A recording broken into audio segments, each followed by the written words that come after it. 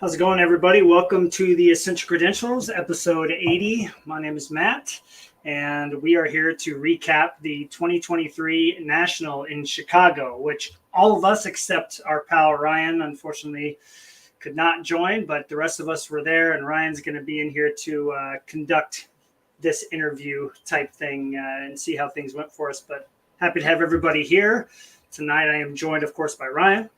Professor Molinix, who is already back at work. How's it feel? The week went very fast. I can tell you that, man. I was happy for the weekend. I bet we start Tuesday with the whole week of meetings and all that stuff. So I have that to look forward to, just like you were doing recently there. And then, of course, Will, the rug maker, has joined us. Will, have you recovered from the amount of walking and heat that you experienced yet? I feel like just like the end of this past week, I finally felt like I'd caught up on sleep and I wasn't like running at a deficit. I know. I really didn't think about that when I went back for a vacation. That was also a week, and then driving through traffic and all that. It's a lot for a Sitka native to deal with, but probably not as bad as it is for some other people. So glad that you're starting to get there. And then, of course, Chris is here. He's making his second appearance, not only second appearance, but second consecutive appearance, which, I mean, that must mean that you like it here. So how are you doing today? I'm doing great. We just got a really good score on sushi tonight. We found this place that made it really cheap. We got this huge thing of it. So I'm full of rice and shrimp, and I feel great. for now. So that's good. If you take off, everybody will know what's going on. So, yeah.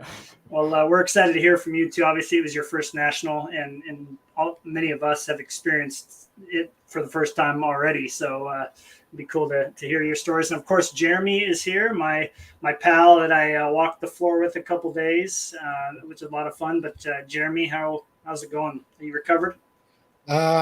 Today's the first day, basically, that I felt like I didn't have to do anything because my family was in town before I got back, and so it's just been nonstop with them too. Right. So today's the first day I've kind of had to myself, and it's finally been nice.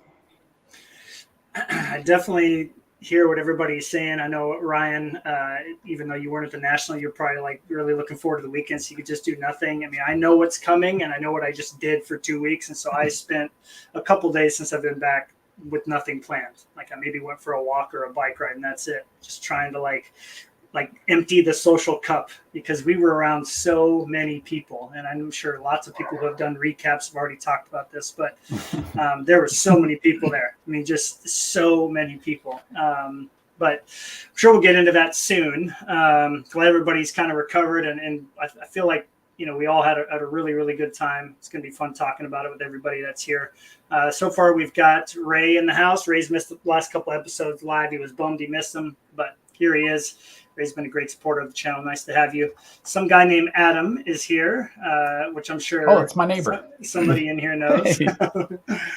And then I don't know who this is, but yeah.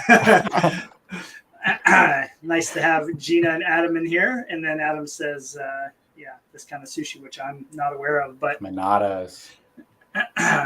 You guys and your choices. We have one sushi here. So it's either you like it or you don't. Is it moose sushi up there? What is it? Raw moose meat? Yeah. Raw penguin meat. Everybody thinks penguin up there too. So yeah.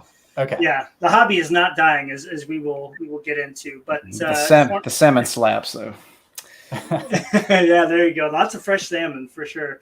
Let's go over the agenda that we have planned for today. I am quite aware that we don't have the Immaculate Grid on here, but we, as usual, will end with that. But we're just going to kind of jump right into it with our initial impressions. Ryan is actually going to lead the whole discussion today. I'm putting Ryan in the driver's seat. He's a teacher. He can handle it. He's done a great job before in the past. So thanks for doing that for us. No problem. And we're going to talk a little bit about some of our highlights that don't have to do with cards. There was a lot of those, I think, for all of us. And then, of course, our main PC pickups. And then I don't know if anybody's got any side PC pickups that have to do with animals. But if there is anything about that, we will definitely hear about it tonight. And then we'll finish with Immaculate Grid and call it good. But as always, if you are in the chat and you were at the National and you have something to add with what we're talking about, jump right in, share your comments. I'll try my best to get those up there for you. But there is the agenda for tonight. And of course, Ben is here. Ben, nice to see you again. It was great meeting you at the National. We got that big group shot, so that was really cool. That Will set that up. So, anyways, Ryan, I'm going to stick you in the important spot and let you rock and roll, man. Let's do it, man. I'm looking forward to this. We are 2 weeks away, kind of removed from when the National ended. So you guys have had some time to digest everything. Hopefully, like you said, recover. So what we're going to do, instead of just getting really deep into the questions, we're going to do a quick warm up. Are you okay with that? Like a lightning round of questions. One word answers. We're just going to come right out the gate. All right. Ooh, okay. Man, my tractor is cranked already. Let's go. All right. So, and then the last question we're going to follow up at the end. So just to kind of close it out. So we'll start with Matt. We'll work our way from Matt to Will, Jeremy, Chris. Let's do that. Kind of work around the screen that way. All right. So here we go. First question. How was your flight? Chill. Uneventful. Delayed.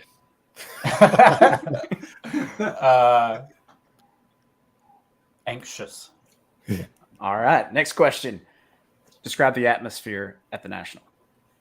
Are these all one-word answers until you say One word so? answers. One Okay. word answers. Spectacular. A horde. Sweaty. Just a buzz. All right. Nice. All right. One word answer. Describe the layout and organization of the event. Anybody want to jump in here? I'm trying how to even. Man, the organization of the event, Pan's Labyrinth.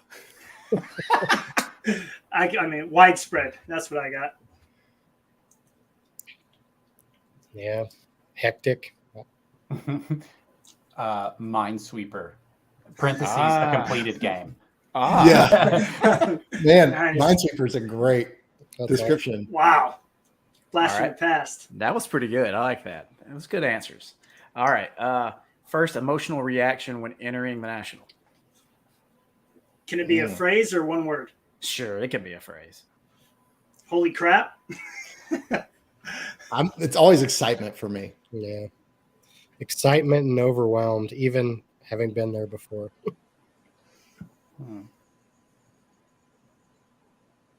I mean, everything was just awe at first. Everything, the line, entering the room, awe would be my word for this first National. Fantastic. Yeah, I haven't experienced that yet, so I'm kind of looking forward to it. So you guys are kind of getting me prepared for that first opportunity when I'm able to get there. So all right, 2025, Ryan. 2025. Hey. Just start planning right now. All right. Let's go. All right. So best meal you had in the Chicago area? And a deep dish pizza place, really close to where I was staying, kind of in a small town area there. It was the best I've ever had. Mine was a gourmet peanut reduction with a homemade brioche at the hotel. So basically, peanut butter sandwich at the hotel. Yeah, I knew where that was going. There wasn't really anything special that we had. Fuel. Yeah. 20. I think I can answer for Jeremy. 24 cans of Dr. Pepper. Over the course of Did you put that whole thing away before you left? I might have been one or two short. Oh, come on, Yeah, you got to finish it off.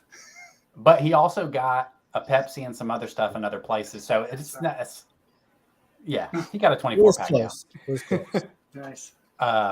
Actually, the first night or second night that Will and I were there, we went. I think you just weren't thinking about this place, but we went to. I think we were planning to go to a sushi place, and we got there, and it was takeout only. But our Uber driver on the way there mentioned this Serbian place because he was Serbian, I think. And we were like, well, it was literally one block up. Like, let's just walk down there and see what it's like. And we got a meat platter for 2, I think is how it was written on the menu. And we could not finish half of it, but nothing, like it was all outstanding. It was called Zora's or Sora's. Yeah, Zora. Sora's. If you stay near the National, if your hotel's near the convention center, definitely bookmark that one for the future. That place is good. Sweet. See, Will, you did have something other than a peanut butter and jelly sandwich. Yeah, I totally forgot about that place. All right. Estimated personal miles you walked on the convention floor. I know Will has an answer for this. Oh, did you track it on your watch, Will? I have steps. I have steps, but not miles. Right, same. I mean, I don't know, 5-ish, maybe somewhere in there. I mean, I was only there 3 days, so Total? Oh, right. yeah, probably 5 split because I over the 3 days, I'm just gonna say 5-ish. Oh, take it or leave it. Yeah, I don't know exactly how far I walk, but I average 17,000 steps a day, which for me, like 10,000 is right around 5 miles. So, maybe like 8 miles, 9 miles a day we were there 5 days, I think. So maybe almost a double marathon. Just looking at a card the whole time. Run 2 marathons with a card every step. Yeah. Yeah, it's somewhere in there. Like I think I averaged 16,000 somewhere in there. So whatever that is. I was probably a little bit behind that if we're talking just show floor, because I did go back to the hotel for lunch every day. But that in itself is a decent amount of steps to add, just not at the show. But yeah. So just trying to give everybody, everybody talks about there's a lot of walking, wear good shoes, wear great support, but just kind of put it in perspective of some real numbers kind of helps a little bit, especially for me. So here is the last one before we get into the segment questions. Which city would you like to see the National in the future? I mean, this is easy. Seattle. It won't happen, but or Anchorage. There you go. I make everybody travel to Alaska. That'll never happen either. But those are my choices. Maybe Vegas. That would be pretty cool. Oh, now Vegas would be Vegas. man. That would be bad in a lot of ways. That All right. not enough money. Not enough money to do both. For me, it'd be Charlotte or Atlanta. I'm like right in the middle of both of those, and I feel like both big airline hubs. They'd be perfect. Yeah, Salt Lake for me, for obvious reasons, but good airport, convention center would be close, so it'd be a nice place. see, I was sitting here thinking, why didn't Matt say Sitka? dude, like the amount of people that were at the National is like 3 times what we have in my town. It would be It would be insane. Nobody would have food to sell because it would be all gone. It would be a nightmare. Yeah, I mean, I get that it's wishful thinking, and that's the same that I was thinking of Columbia when William didn't say Columbia. I'm sitting here thinking, let's come here, but I know Atlanta or Charlotte would probably be more conducive to actually hosting it, and it, still being a decent like driving for us, not an airplane ticket, like that, all that kind of stuff would be nice. Yeah. I'm kind of with Ben. I thought about this because Atlanta's like the first thing that kind of comes to mind because of like what Will's saying. They have the airport hub, they have the amenities, they can handle the number of people. But then you think about Nashville. Nashville's got a decent size. It's a little bit farther, it's a little bit farther north than Atlanta is. So you maybe have some of the northern collectors that would be willing to make that trek. Charlotte's a great location. Or potentially, is there somewhere in Kentucky? I mean, I don't know if Lexington's a big enough. I've been there before. I don't know if they could house that. So we're going to come back to that at the end, though, for a couple of reasons. So, all right, so let's jump into this. So first segment is your initial impression. So before you start answering these questions, I'm going to let whoever can answer this trivia question first go with their lead. All right. So in what year and in which city was the first National? Atlantic City was probably the first place, I'm going to guess. I'll give you a hint. This year was the 43rd. So yeah, I know this was the 43rd. So 1980 I can't do was math the that year. quick. Yeah, Atlantic Was City. it Cleveland? So we're gonna go with Will since he got the year. Oh. So it was in Los Angeles. It was actually at like a Marriott Los hotel Angeles. or in the it was a very small Wow. group, and that was kind of Huh. how it got kicked off. All right, so Will, you're gonna get to take this question first. Okay. All right, so we talked about first impression. So when you first walked in, the aspects of the national, what immediately stood out that was like, oh, this is really incredible, this is positive, and then what are some maybe things that stood out? You were like, this was disappointing and challenging. So kind of the pro and con of just your reaction to it. So for me, the first hint that I got, so for the people that don't know, this year was 40% larger than the previous show in Chicago. This show was like 14 acres of floor space. 600,000 square feet, I remember hearing. 600,000 square feet. Yep. And so in previous years, when you walk in the front door of the convention center, like the main entrance is on one side, and then the other side is like the staging area where everybody lines up in the mornings, and you kind of just like get herded like cattle until everybody gets in the show. So we went, I can't remember if we went Tuesday afternoon. I think we went Wednesday morning just to like beat the crowd, pick up our badge so we don't have to stand in the line. We can just go straight in the next day. I was like, all right, well, let me show you where we'll stand in line tomorrow. And I walked into the right where in the past is the staging area, and there's tables, and it's like not just a few tables, it's like a whole room. And that's when I was just like, oh my God. And I just thought, surely I'm misremembering something. There's no way there's all this extra stuff, but it sure was. It was incredible. Like for me, that was just like exceeding my expectations, and in like a kind of a scary way, because there was so much more. Then as far as the negative goes, the only negative of the show for me is because it seems to happen. This was our third year, and I think it's happened every year we've gone, is the AC doesn't work the first 2 days. Mhm. And I don't really understand. They keep claiming like a air compressor goes out, but like that's just too convenient of an excuse. I don't know for it to happen every time. But something I read about that recently, last couple of days, was the humidity in Chicago was really high for that time of the year, and the temperature was really high, and with the doors open a lot. So it was a heat wave. I did hear it was like one of the hottest days of the year. So maybe, but still, I don't know. I don't know. My convention center engineering skills are minimal, but I just think like y'all can't cool that down. I don't know. Well, and your boy had to show up in a hockey jersey too the first day to represent Fleury. That was not a good choice. I was dying, man. After like the first 2 hours, I'm like, all right, that's enough representing. I'm done. Yeah, it was. I mean, it was hot, but it wasn't unbearable. I mean, it'd just be like if I walked outside right now and walked around at a card show. You know, it's 90 with 100% humidity here. yeah, But I'm used to it. If you're not used to it, I could see it being a problem. But yeah. most people seem to stick around. Well, Matt, you kind of jumped in with it. So, you know, what was really good for you that just kind of hit you, and then what would maybe something you could take away that might have been a disappointment or something you'd like to see improved?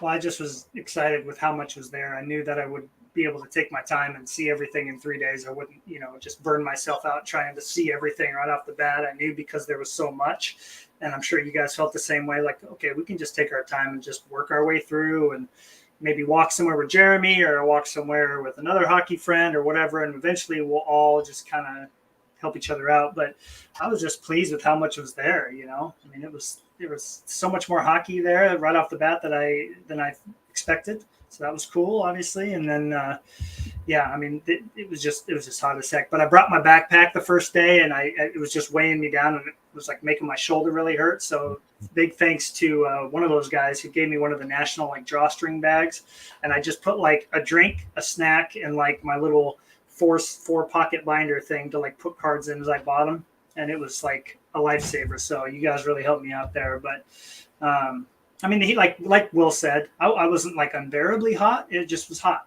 So I wore a t-shirt from there on out, and that was it. So yeah, just how much was there. I loved how much was there. It was a total hobby nerd fest for 3 straight days.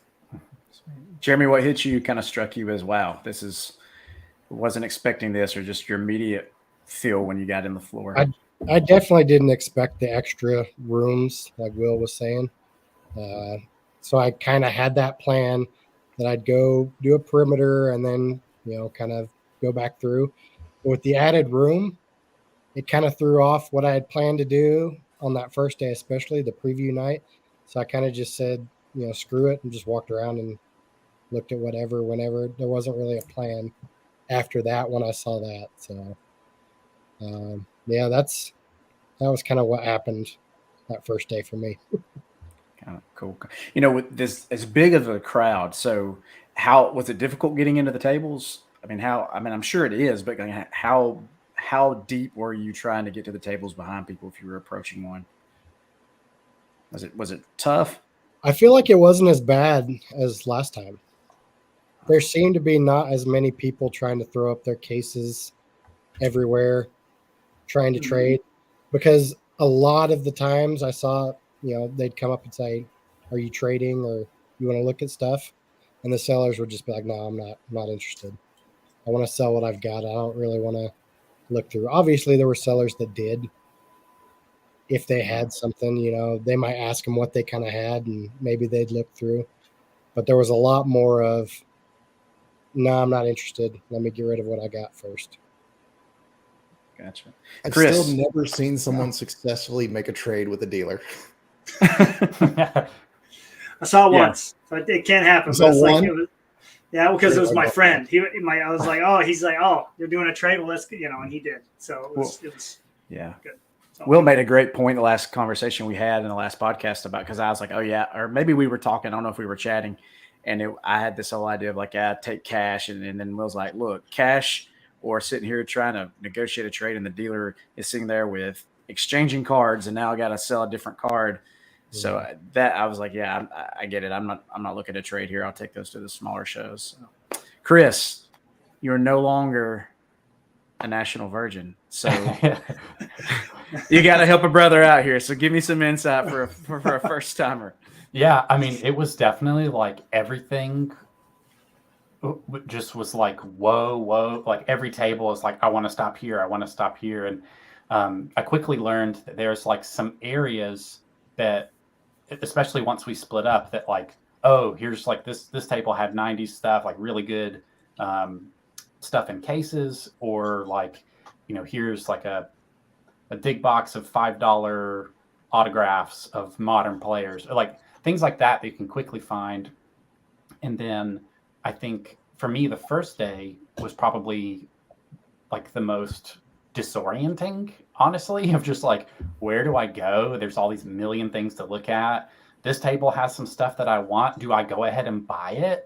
Like, what else am I going to find? And so I think like, like the wow for me was that just the disorientation of the first day, of just the amount of stuff. We didn't even look at the whole floor. You can't really do that in one day. So, I thought like, oh, we'll walk around the whole thing once and then we'll find some places to come back to the next day. And it's like, no.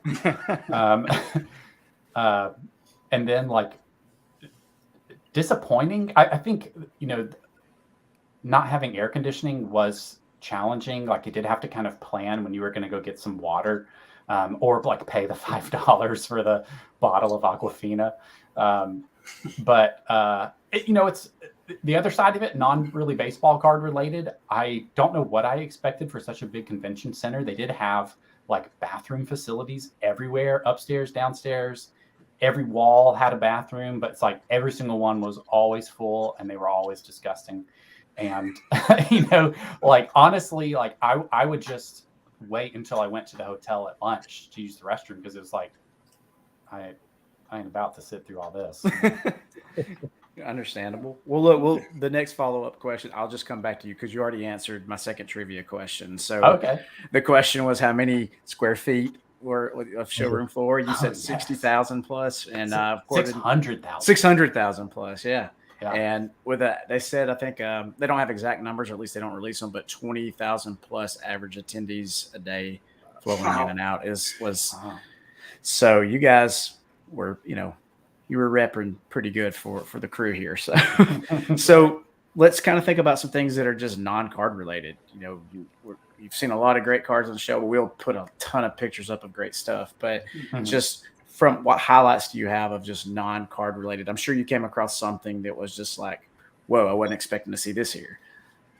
Yeah, for sure. For me, I actually have something non-card related that I'll grab. Are you wearing boxer shorts or are you wearing real shorts? Regular shorts. Okay, just wanted to check. Sorry. Gosh, I wish I was just wearing like a thong or something like that. I just watched Ted Lasso last night. So. So, okay, it's not a big deal, right? But every time I walk by any vendor, I grabbed all of their swag. So I have so much of everything. I love being like the goblin hoarder every time I pass UMC. It's like a first-year teacher at a conference. I know. Yeah, it's just, handfuls of, oh, and also non-card highlight candy bowls. I could map out that whole place's candy bowls. I knew who had gumballs. I knew who had chocolate. And like one time, even Will was trying to get something, and I was like, "Oh, it's over here," and showed him to the right candy bowl. You're gonna give direction to cards based off of candy bowls.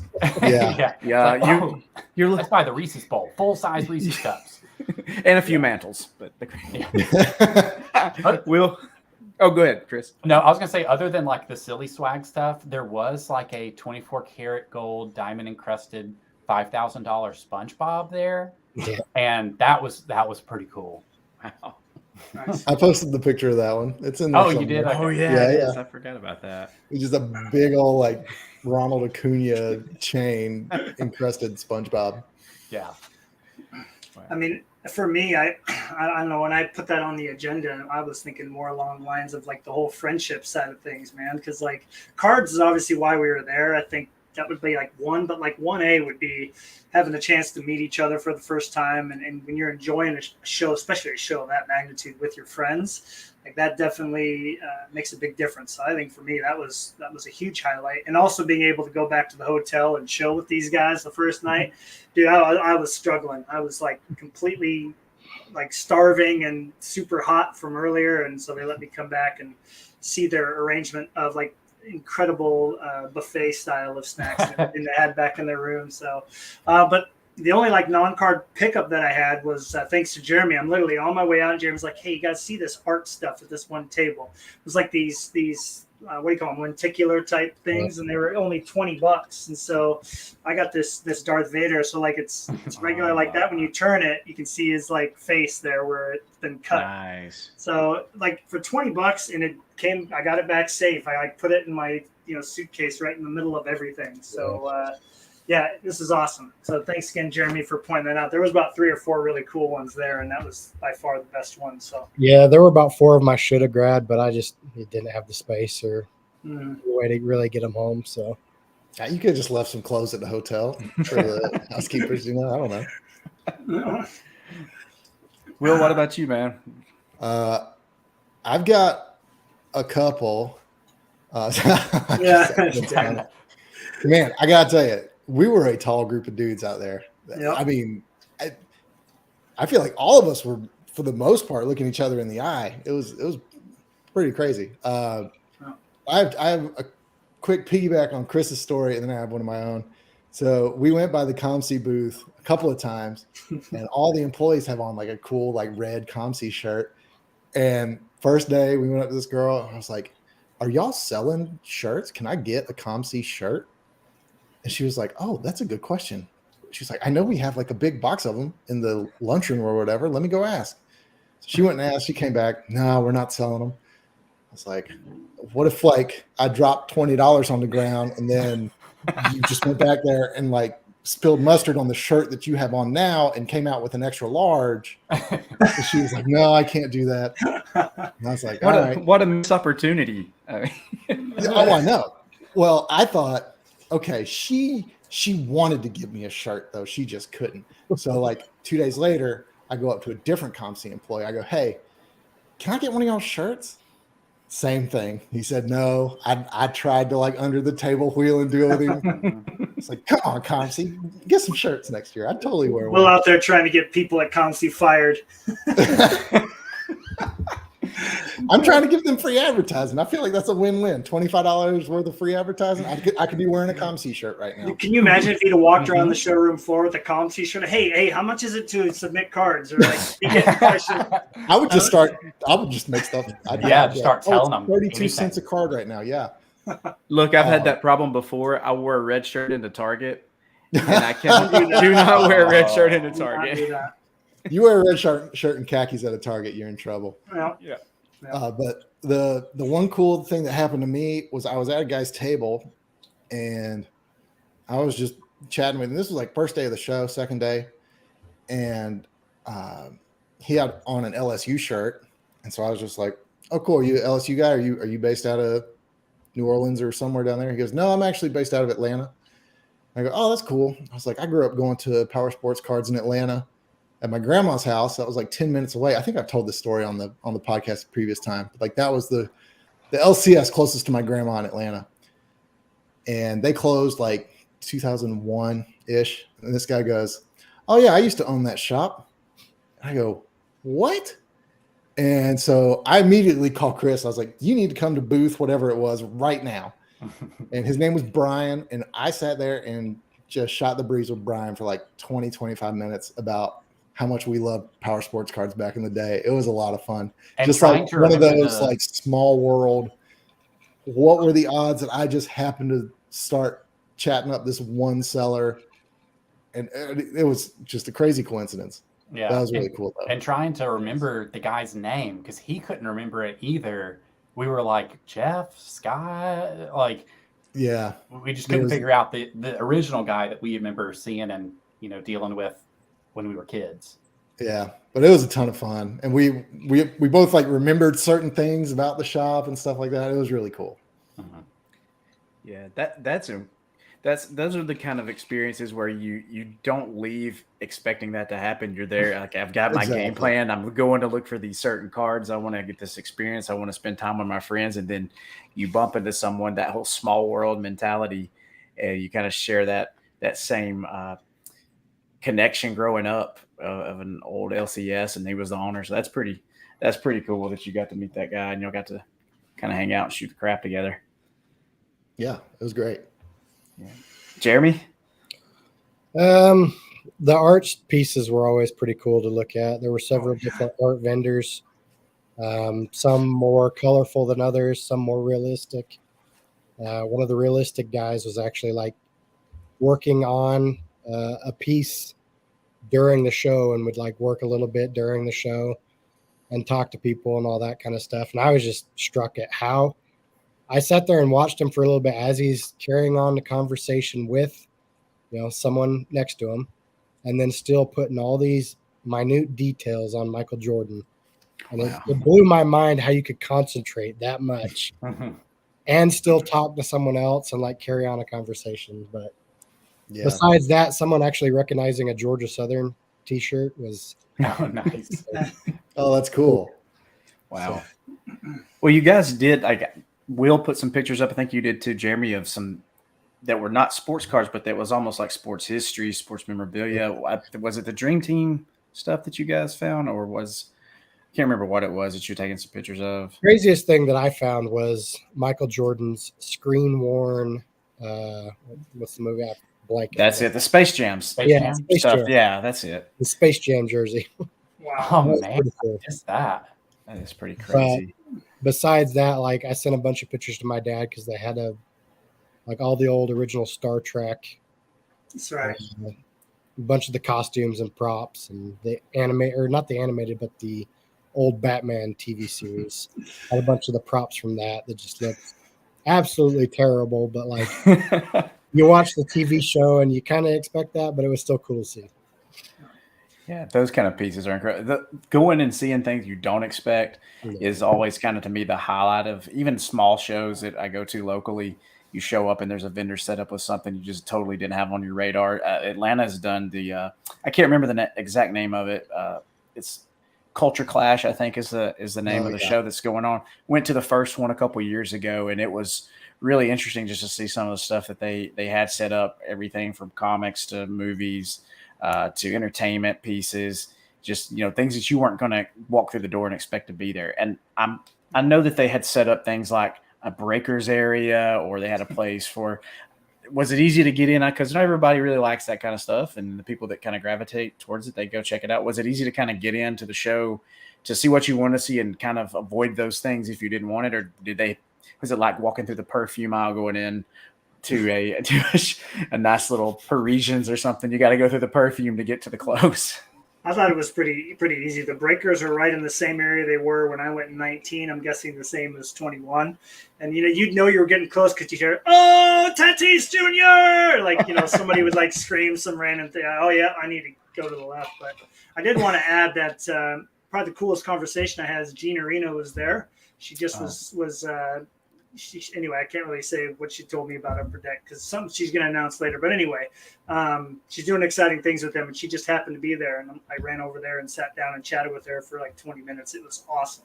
And of course, I brought up all these cards of Fleury that I got recently. She's like, "Yeah, design that one, help design that, design that." I'm like, okay, that explains why it looks so cool. So, and then the game used Bobby Orr jersey. I think even if you don't watch hockey or know hockey, Chris probably doesn't know what I'm talking about. I can see it in his face.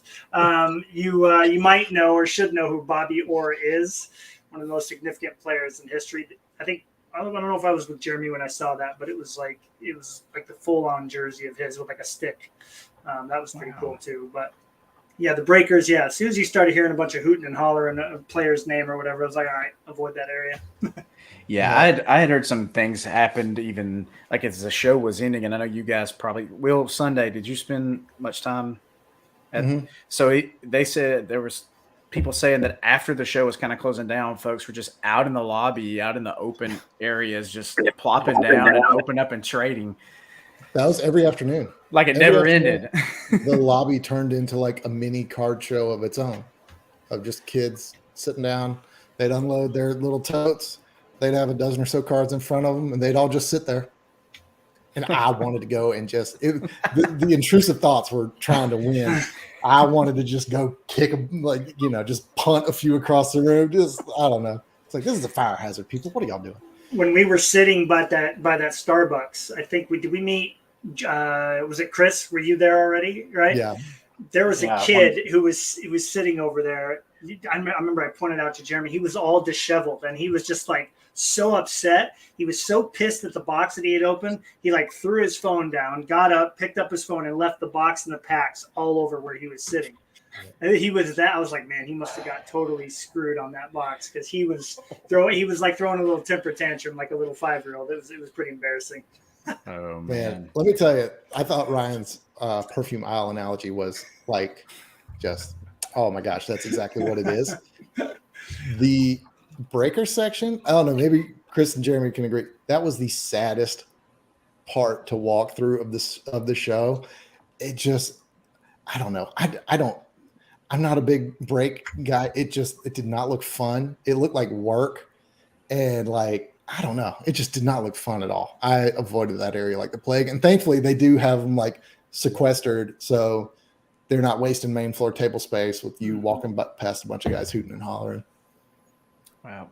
Well, there was a lot of highlights just from what you guys had told me, some things I had watched. There were, I think the first night, the early access stuff, I think Jeter was there. You could get a picture with Jeter, some of the guys that had some of the VIP stuff, like the upper level stuff. Ozzie Smith doing some signings, some things like that. Did you guys see any major guys that were there signing, or was there anybody you wanted to ride? I saw a few people. Allen Iverson, Jalen Rose was out actually like walking around. We saw him a couple times. And then I caught the back end of Dan Marino, an interview with Dan Marino, and then he started walking off somewhere else. He's short. Yeah. He's short. You think. That was a paparazzi like shot. That was pretty good. Yeah. I can admit. Awesome. Yeah, I never saw anybody. Yeah. Will never looked up. No, I was gonna say. No, it was cool. AI was breaking a box. There was breaking some boxes up on it, and I mean that guy was super influential for me, like starting to love basketball. But I think all of us are in the same boat. None of us are like, oh, I got to do everything to like see, like, hey, Jalen, they don't care. Yeah, I don't You know, care. and, I don't care either. Like if I just run into him, I'd be like, hey, what's up? And then I just, nice to see you. I don't know. It was cool though. It was cool. Sweet. That's good. Well, we'll transition into the next segment. We're kind of moving on to, the part that most of us were excited about was you guys and even myself, because Will was looking down a lot, but Will just wasn't looking for me, for himself. He was looking for a lot of people, for all you guys, for me, for a lot of other people in the 90s group. But so start off this next section, trivia question. Where was the 2018 national held? That one was Cleveland. Bingo. That was it. There you Yes. go. I figure since you guys went to the 1918 might be on your mind there. So, all right, Will. So we are at the main PC part of this. This was the whole game plan for everybody going in, looking for your main player, your main team. So what was the significant acquisition for you in your PC? This will be short and easy for me because I only found one. This is the 2002 National Patch Time. Patch card got part of the Jackie Robinson 50th anniversary patch on it. That's it. Saw this at a table day 3 or 4. Had a price tag on it that was like a little higher than I wanted to pay, but I've kind of gotten to where like the only relic I buy are interesting patches. Like I just a 3-color patch or whatever. Don't care anymore. They don't do anything for me. So it's got to be super unique. And this one caught my eye. And I was looking at it, and of course, I have a clown on either side of me while I'm trying to negotiate with this dealer. And the guy next to me goes, "Oh man, that one is cool. If you don't buy it, I'm going to buy it." Oh no! Great, thank you for completely yanking the rug out from under all my leverage. Thank you. So I just ended up biting the bullet, and the reason I did is because I already have this one, which if I turn this way, you can see is the 50 from the 50th anniversary part of the patch. So now I kind of like got this little side quest, maybe trying to put that patch together. Yeah, that card, you posted it too, and that's a incredible patch. And I think there's somebody else might have thrown a couple on that up that they might have of that. So you might have a lead, I think, there for maybe getting that knocked out. So that was kind of the I guess the challenge was dealing with the knuckleheads that don't understand what barter trading negotiations are. Yeah. Come on, man. But yeah, that was the only main PC pickup I had the whole show. Wow. All right. Well, Matt, I know you've got several you'd like to share, or at least I feel like you have several because you sent some pretty sweet pictures across to us when once you started making some pretty good finds there. So yeah, I expected to find none. I mean, you got to remember, I was going into this national expecting to leave with like, maybe a Jefferson or a Last Now or like a cool Patrick Waugh rookie or something. Like I'll leave with something, but I wasn't expecting any Marc-Andre Fleury cards to be there. Like, there's no way. And one of these guys had sent a picture of an autograph I didn't have already. So I'm like, oh, sweet. It's like 30-something bucks. I'll leave with that and we'll call it good. And I'll just hang out with my friends the rest of the time. But Jeremy and I we went to like that back, the carpet area. Everybody that's there knows how nice that area is. I found some gems over there before. So anyway, we're walking around and we find this guy who's got like a bunch of jerseys hanging up, hockey jerseys. I'm like, this could be promising. And I get over there and Jeremy and I both look down and there it is, like staring me in the face, like one of my top 10 most wanted cards. I'm like, this is ridiculous. No way. And the guy's super friendly. And so it ended up working out really good. I have a picture of it here. But it was great to experience it with Jeremy because he could tell how excited I was too. Do I have it up here? It's got to be here somewhere. He was so excited too that I looked down. I was like, well, what about that one? He's like, oh, I didn't see that one. But I think I need that one too. Dude, it was crazy, man. I definitely wasn't expecting that at all. Well, let me just do this since it's not letting me. Technology challenging me. Here we go. So this is oh, geez. Yeah. Yeah. But I mean, what was so cool is like the non-auto goes for like 70 or $80 sometimes, and I'm not going to pay that for a manufactured patch. But this is like a pretty significant card as far as the accomplishment of him winning this cup. He had the game-winning save at the last second against the Hall of Famer. So to find the autograph version in a case was just like what? Why is this here? And so apparently what had happened is that guy had bought it at the National the year before, and he'd had it. Isn't that what he said, Jeremy? He'd had it for an entire year, taking it to all these shows, and nobody ever bought it. It's like, that's just crazy. And I guess, too, a kid had come by on Wednesday, and he had that card in his hand and a different Fleury from the cup in his hand. And he couldn't decide which one to get, so he took the cup with him. I'm like, oh, thank God. That would have been just a bummer to know that it had been picked up. But that was awesome. I mean, that right there. I told Jeremy, I'm like, because he had this as well, a quad patch from the cup, which I mean that in itself would have been incredible, right? Yeah. Out of 10. But I'm like, all right, Jeremy, I'm going home. I'm done. Like I found my cards. I'm good. And so obviously I wasn't expecting anything after that, but like the guys had already said, people were coming and asking to trade all the time. Like that was a pretty common theme. Or, are you buying? I heard that about 1,000 times. Are you buying? Sure, I'll take a look. Nope, see ya. Like that was usually how it went. So you guys know that area that was kind of like on the other side of the breakers, not where tag was, but that other extra area kind of tucked behind the main floor. Mm-hmm. So I get back there. There's a hockey table there. I'd gone there, some cool stuff, no flurries. So cool. I came back. I was like, something tells me I need to go back and check it out. Like maybe he's bought some stuff. And so I'm there looking around, and this guy in his 60s or so rolls up with like a suitcase. And I'm like, oh, if he's got hockey in there, it's got to be cool to see at least. He's like, are you buying anything? And the dealer, who's sweating his butt off, is like, yeah, I'll look. Poor guy. He was dying. It was like noon at this point. And so he's looking through some cards. He has this really nice Henrik Lundqvist from like the second year cup. Really nice card. And this guy says, yeah, I've been collecting with my son. Everything we have, we've opened. Like we've got from packs and stuff, which is like, I mean, that's incredible to have a cup card from that long ago. Just nuts. So I get to talking with him a little bit. I don't want to step on the dealer's toes. He's looking through cards. It's like, look, I'd love to see any flurries you have. Even if I have them, it'd be cool to talk about it, right? And he goes, I think I got a couple in here. And he pulls one out, and I'm just like, holy crap, like this is the best patch I've seen of Fleury on Vegas. I was like, I don't know if this is going to work. And he says, let me get my son over here. And he shows up, and he is the most disheveled, like sweating his butt off. Like he's about to collapse on the ground, this poor guy. And he was like dripping sweat. So he's all out of it. And I'm like, oh, this is going to be hard to like get him in a mood, to like sell this card to me. So we get to talking, and long story short, I show him the website I've created, which worked great because he could tell I wasn't going to buy this thing to flip it. I was going to buy it to keep it forever. And his whole demeanor changed when he saw that. And so I bought it. And then the dad gave me $5 back and said, it's hot as hell in here. Go buy a soda. So that worked out pretty well. But here's the patch. It's a jumbo patch from Premier. And Vegas has such good detail on their uniforms.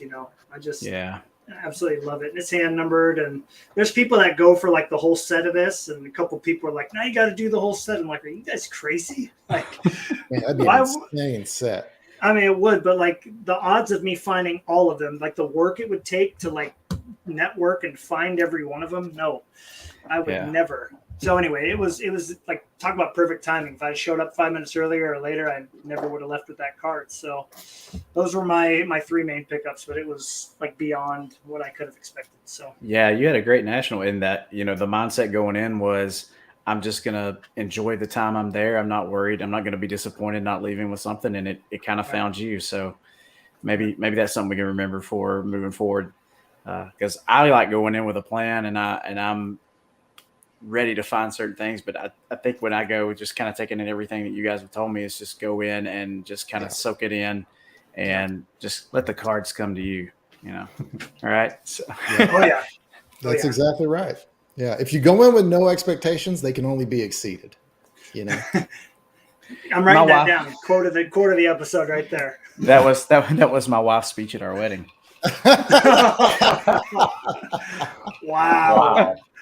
Oh, okay. And with that, Jeremy, what'd you get, my friend? So I got two pretty big pickups. Only one was technically from a dealer at the show. So I was able to find this. Haha, So it's the 97 SP buyback of A-Rod's SP rookie. So out of 94, these things are pretty hard to come by.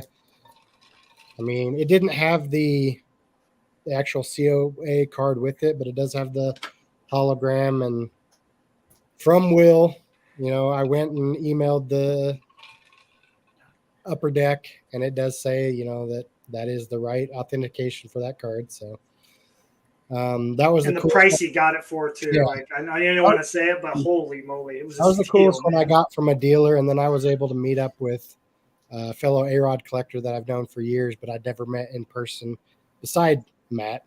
And then I was able to finally complete a deal for this one. It's the 97 Collector's Choice Instant Winner. Crashed the game.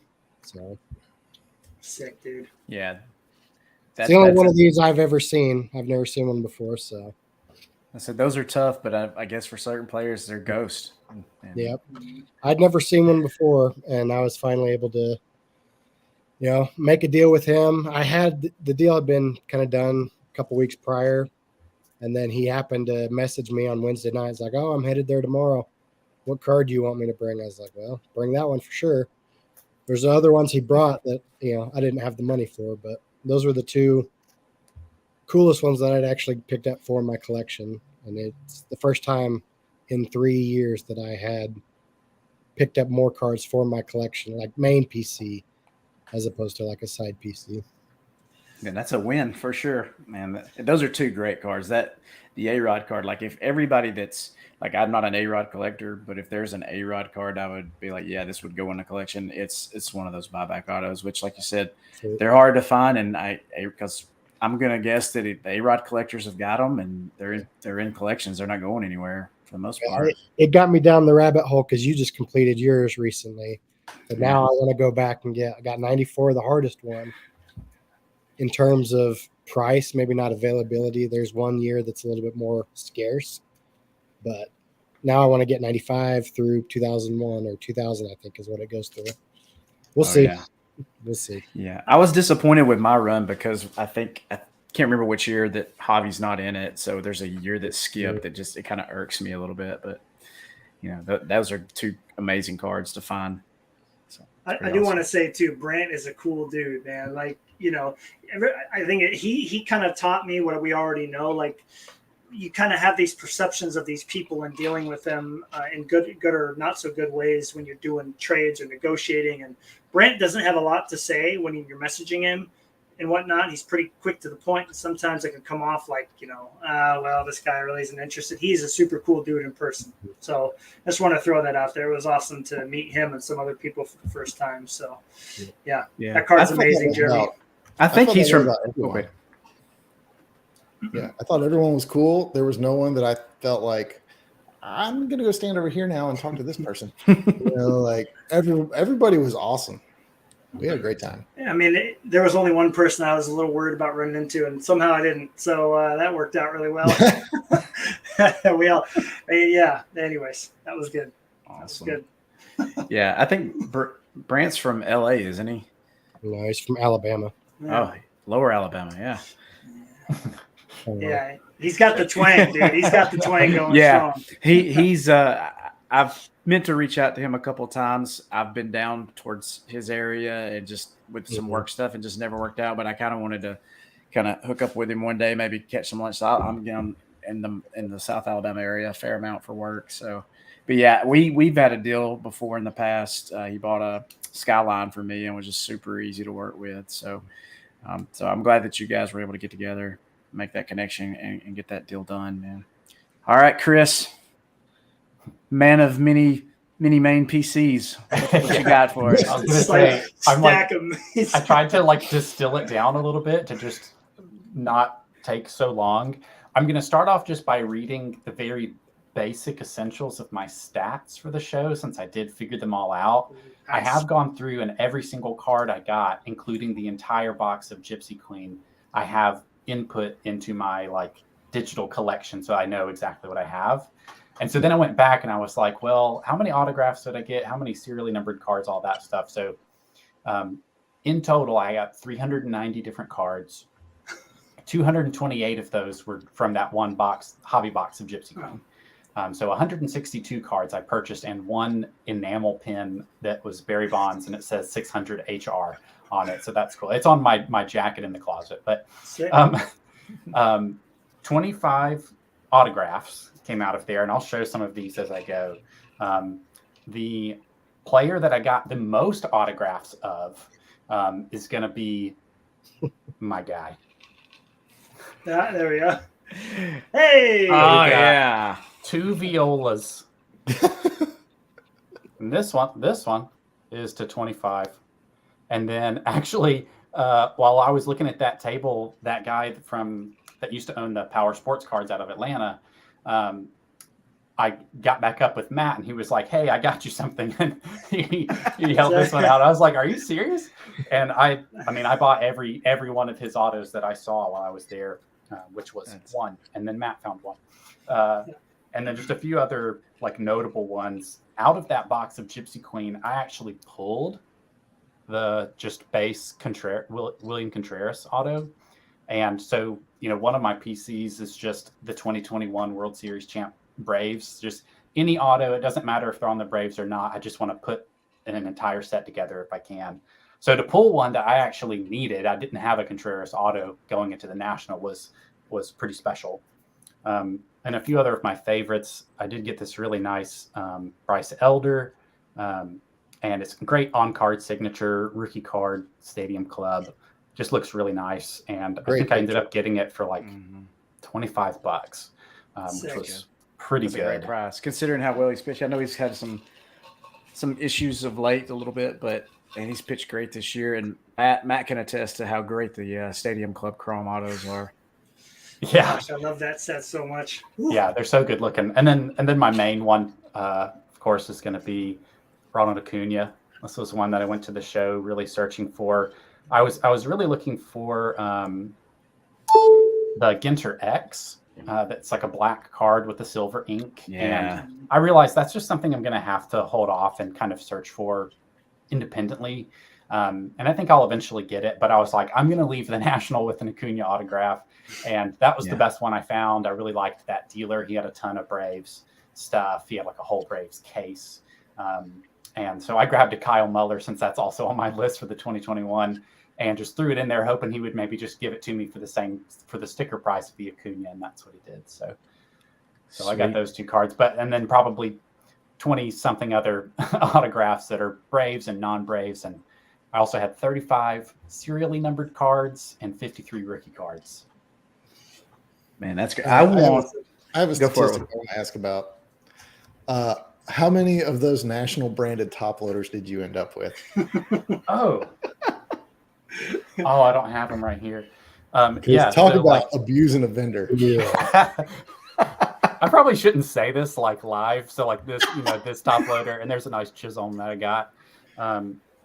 Also Stadium Club, but you could go and pick a pack of these top loaders. And I think they came in packs of 5. Yeah. But they would give you 2 packs. And one time he was kind of distracted talking with another person, and it was just the one guy. So I just kind of stuck my hand in the box and just pulled up whatever I got and filled my pockets. And I probably did that, I don't know, too many times. Anytime I walked by. But I think I do have 110 of them. He's got a handful of National top And loaders then I and also- some Reese cups in the other. I also speaking of Reese's, I re-sleeved my entire modern cards in the free sheets that they were giving out as well. Dude, is Chris the guy that like leaves a hotel with like all the extra shampoo and lotion and all that crap just jammed in his bag? Let me tell you, our hotel had free Andy's mints in the fishbowl by the front desk. Every time coming and going from that hotel, that joker grabbed 3 Andy's mints and gave them to Anytime I was with Will or Jeremy, I mean, if we were at the hotel, I was probably handing them an Andy's mint that I grabbed for them too. Yep. That was a fun part. I ate a lot of those. Probably ate a box's worth of Andy's mints. That's a good non-card pickup. The Andy's Mints at that. Yeah, was right. fun. Do you have all the wrappers still? Did you save them all? Oh, I should have put one in a top loader. That would have been fun. Thanks, Gina. Yeah. I will say Uh, BCW did have a great setup at the show. They Yeah. weren't selling anything, but they were giving a lot of stuff away. And I went by there for so I'll show y'all later. One of the things I picked up were some tobacco card. I wanted a tobacco card magnetic, which that was another thing I learned. I used the word one touch, and they got mad at me because He one was touch actually means really Ultra kind Pro. about it. He was And, really kind about it. But then they showed me this like special penny sleeve they started making, and then they showed, you know, they've got like these new special 9-pocket page things they're doing, all sorts of stuff. It was really cool. That they had a good booth. Yeah, I like I can't get it out right now. I'm thinking about Andy's Mints. So let's just we're at the point where I don't even know what segment we're at. I'm thinking we're on side PCs, but we're just now getting to that. So let's see who's going to start with this one. All right, guys. What year was Wrigley Field built? 1918. 1928. 1914. Bingo. 1914. 14. Nailed it. Is Nailed that it. Will 3 for 3? Boy, just Come killing on. the trivia tonight. He's the kid in our classrooms, Ryan, that always has the hand up for every question. You're like, nah, anybody else? Anybody else? Yeah.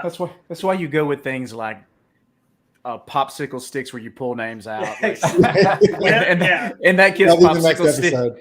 but that kid's popsicle right. stick never goes back in the bucket for like 2 weeks. That's right.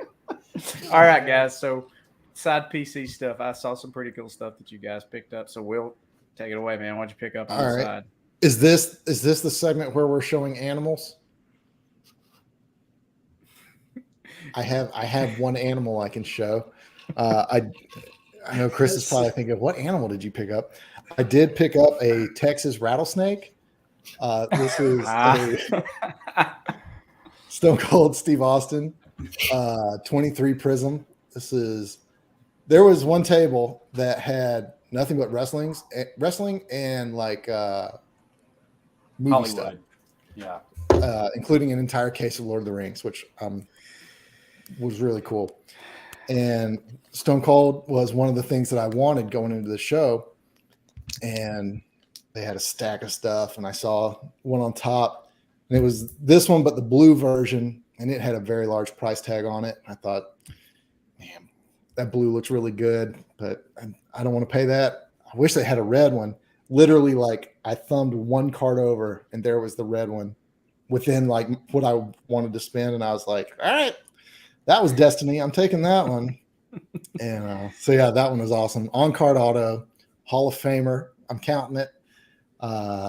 Yeah, that was a fun pickup for me. Then some of the other, this was the side PC is where I absolutely cleaned up. So I bought 21 cards, and 20 of them were side PC. So I teased it a second ago. I'll talk about the tobacco cards I picked up. They've already made their way into the display. So I moved to Columbia, South Carolina in 2018, and I found a book at Walgreens one day that was just the history of baseball in Columbia, South Carolina. And it was really good. It wasn't the most well-written book I've ever read, but it was some really cool local history. And there were also some pictures of baseball cards of the, early 1900s players. And so there was the Columbia Gamecocks, and they were in a set of 1910 T210s, which are the red borders, which at the time I did not realize were extremely hard to find. And I've had a safe search set up since. So it's been several years, and including the last national where I completely struck out. And this time I found a guy, I think I found like 3 tables that had T210s, never had the player I was looking for. And then one guy, I went right as he was packing up at the end of the day. And I was like, I don't want to be that guy. I'll just come back tomorrow. Came back the next day, flipped through it, and boom, he had not just one, but he had all of the Columbia Gamecocks players. with their Columbia jerseys on, which I thought was really cool. And Jeez. That's so awesome. this was my favorite pickup. So these belonged to a friend of his that had, I think he said he had the whole set. He was like a lawyer in San Francisco who passed away, and now he was selling them to help that guy's wife out. And so I was like, I will gladly help you by taking these. And then he also had one Savannah Indian. I lived in Savannah before I moved to Columbia. And you can see right down the middle of his shirt, it says Savannah on it. So I thought that was cool. I mean, these guys are a bunch of nobodies. These are essentially like minor league cards. These were all single A South Atlantic League players, which I think also added to the difficulty of finding them. So it's like, I'm looking for the 1910 version of Homer Bush.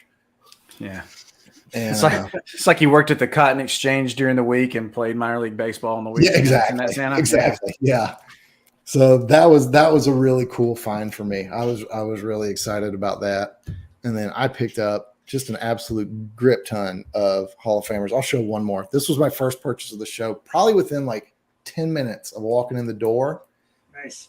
Like maybe 10 or 15 tables down, found Black Chrome Sandy Koufax auto. This was one of the big hitters I've been looking for this year was Hank Aaron, Sandy Koufax, and Willie Mays. Still looking for the Mays, but man, I was super happy to buy this one.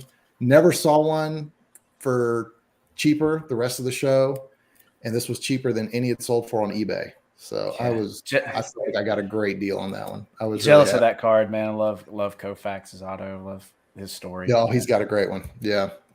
And that pose too, right? Like the old school pictures with the leg way up, like Don. Yeah, Willis I love style. the picture's Yeah. great. Yeah. It's good. Awesome. I only have two that I'm going to share because I know we're kind of running out of time here.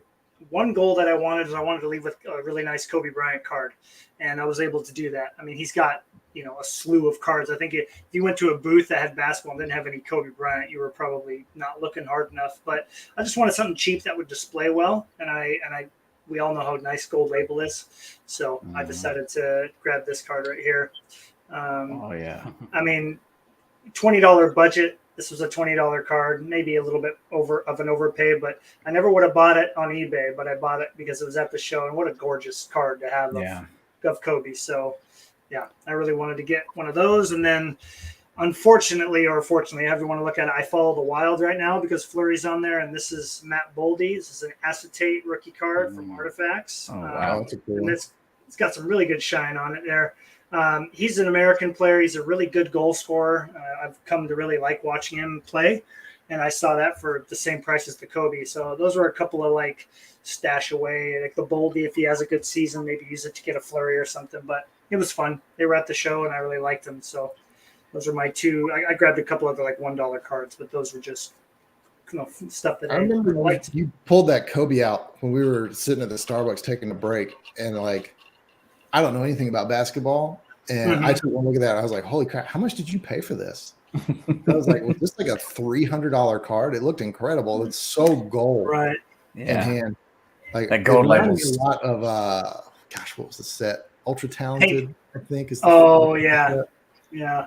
Reminded me a lot of that, but it's like very 24 carity. It looks great. I can't believe that was a $20 card.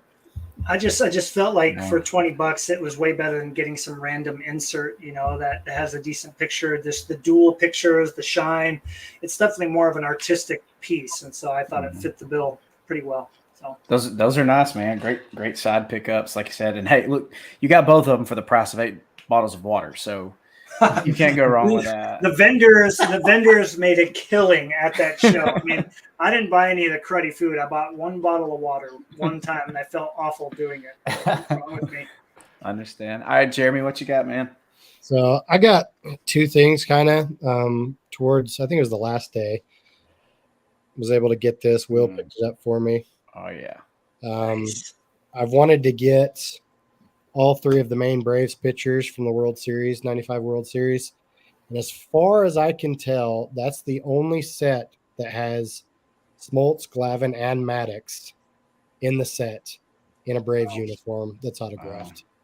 I can't never believe thought that about happened. that. Wow. Yeah, like 97 signature. I think Smoltz is missing or Glavin's missing. I can't remember. 98, I know Smoltz is missing, like some of them. So you can't complete like the green or whatever. So that's, as far as I can tell, that's the only set where all three of them are in a Braves uniform and autographed on card, Nice. minus maybe some new sets that have come out. But, and then, going back to the Stone Cold Steve Austin wrestling entertainment table, I told Will about a specific card that I had wanted to look for, and he's like, "Yeah, it's over here. Go ahead and pick it up." And so it was Yeah. 22 immaculate Shawn Michaels autograph, and he was always my favorite wrestler back in the day. So that's the iconic Shawn Michaels, pose, I Oh, guess. yeah. I had to have it. So That's a great card. Immaculate, those are beautiful too. pretty fun. That's- yeah, That card's got to look really nice in hand. yeah, I that's want to say that's another big like advantage of the National is like you actually get to see some of these cards in person. When these are posted on eBay, for instance, that Shawn Michaels, we'd all be like, if you guys shared it in chat, we'd be like, that's kind of cool. He's doing the pose, or whatever. But to like see it in person, see the shine and how beautiful and sharp the auto is with the gloss on the card. I mean, it's like 10 times better in person. So that's another thing to consider is you might end up buying something at the National that on eBay you would have been like just pass right through, So 100%. Yeah. Awesome. It was crazy the way that HBK showed up, because it was literally the night before. Yeah. We were sitting in the hotel just talking about wrestling cards. Jeremy was on eBay. And I remember he flipped the laptop around. He's like, "Man, I'd love to find this one. This is the one that's got the best picture." And it was that exact card. And the next day, I've got the Stone Cold. I look down, I go, "Well, I'll be dang, there's the HBK." Oh, Jeremy, they got the exact one you want. So it was crazy. It was great. cool. Jeez. All right, Chris. How many side PC pickups you got, man? We only got 20 minutes, Chris, so I just want to let you know. Listen, I'm keeping it down to 2. I have so much. Like I've just filled this essentially with all my other Wow. stuff I picked up. Can you hold that up again for us? We want to Oh, see yeah, it one more time. Yeah, this includes a lot of other things not from the National, but 2 of these rows are essentially full of National pickups. But it's an instant buy for me that made me scour this entire dealer's table. I was like, I have to find if there's more of these. And I mean, if you don't just instantly pick these up, what are you doing? But let me get these oriented right. Talking about foil and how good things look. Oh, yeah. Oh. I was so jealous. My jealousy was off the charts. And if you can tell, his outline, he is embossed into the card. Oh, yeah. You can kind of see there you go, a little bit of texture. Greatest actor of our time, man. And I found I think it's out of a set of 15 different pictures, but these are actually the best pictures of Ace, in there. So Yeah. there are some others, and there's a Spike card, the monkey from the movie, and some other characters, but those really were the 3 best ones.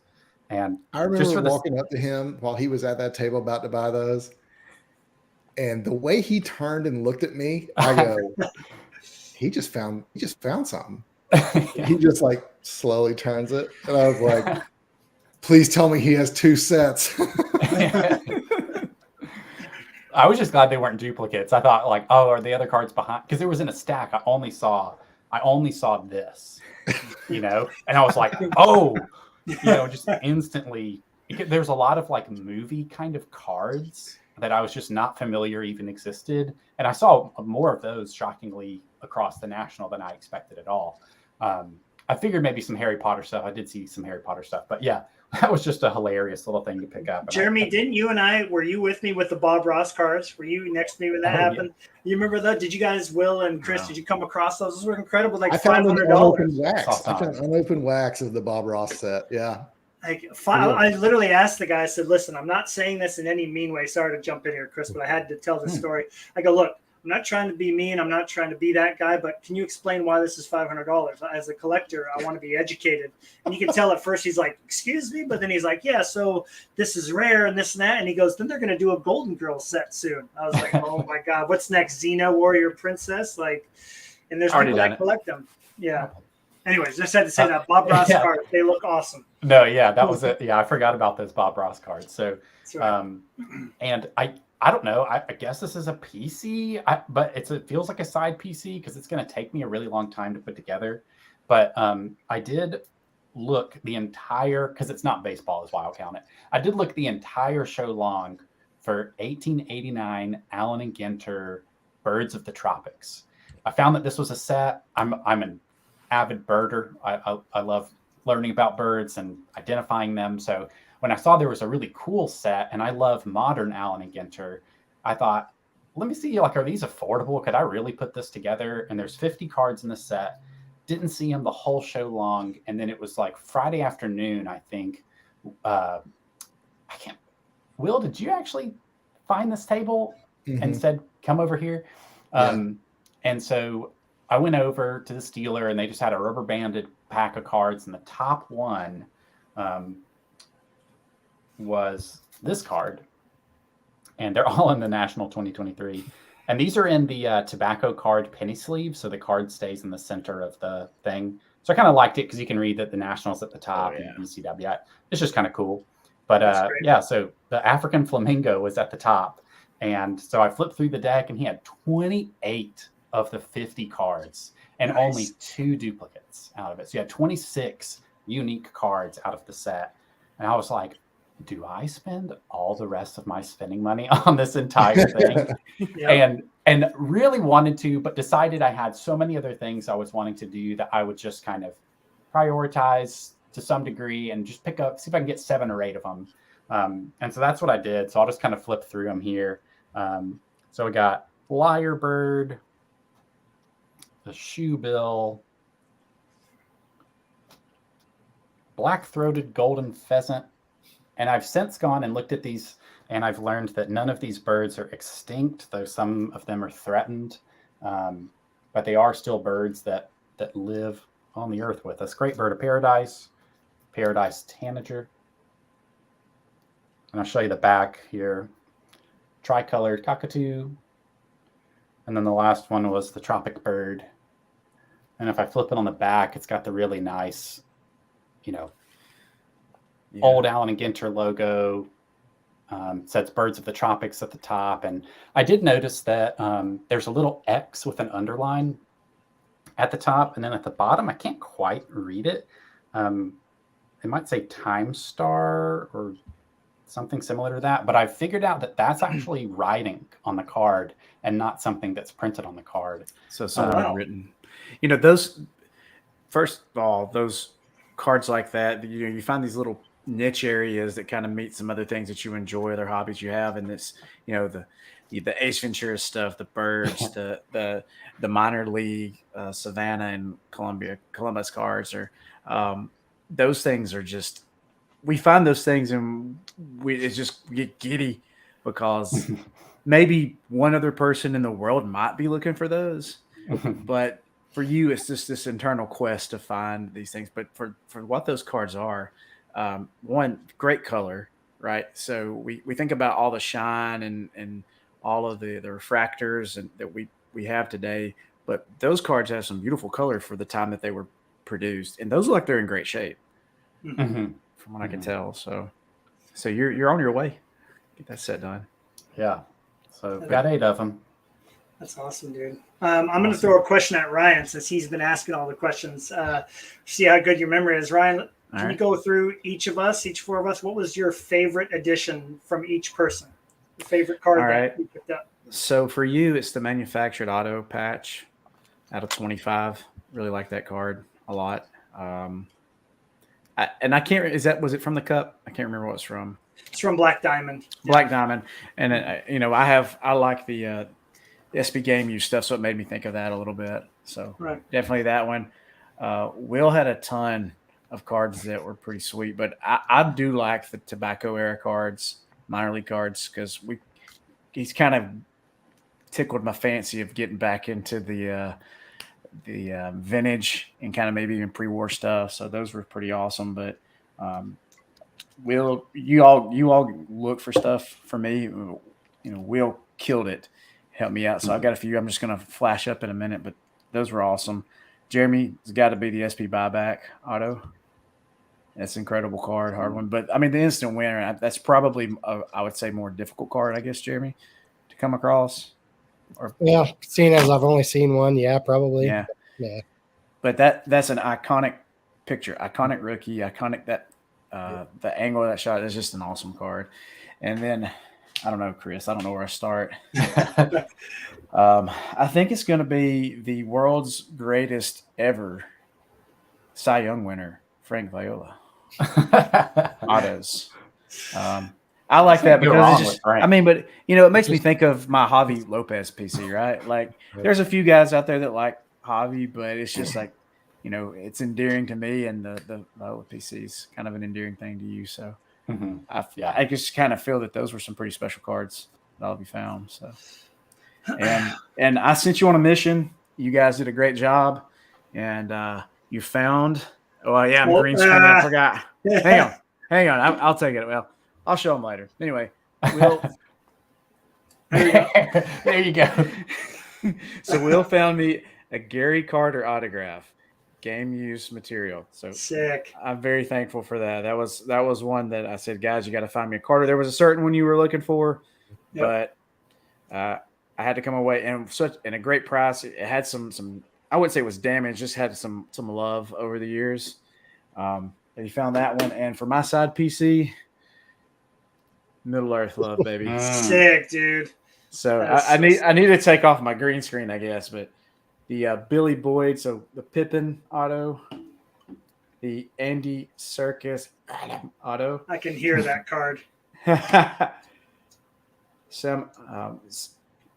Excuse Sean me. Astin. Sean Astin. I'll call him Sam Astin.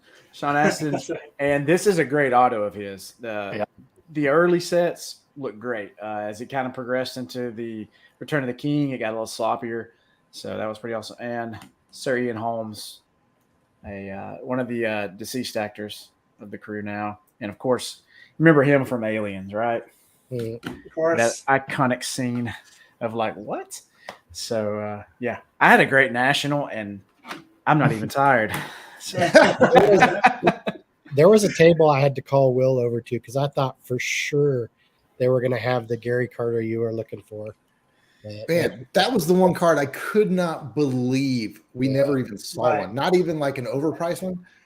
There's so much in-person auto stuff there that's certified and all sorts. I mean, just like tables of it. Mm-hmm. Not a single person had one. Couldn't believe it. Yeah, it's incredible.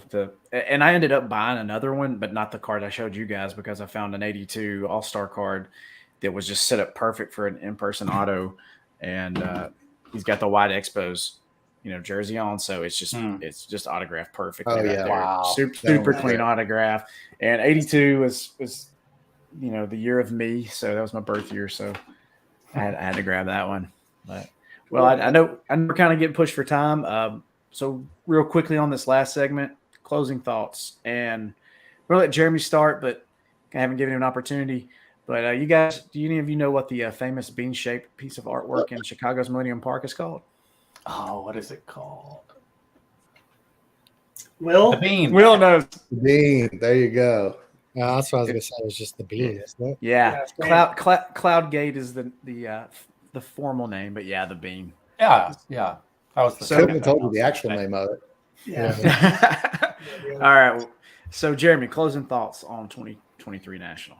That was good. It was surprising to see as much 90s stuff as I did. It was definitely more than the last couple of years. It was great to see a bunch of different people. Like I said, talked to Matt for years. First time I'd met Matt. Talked to Brent for years. First time I'd met Brent. Some of the Griffey guys from the group were really fun to talk to and get to know. The craziest thing that we hadn't mentioned yet is Matt and I almost watched someone choke to death. Forgot about that. Got to lead with that next time. Yeah. So,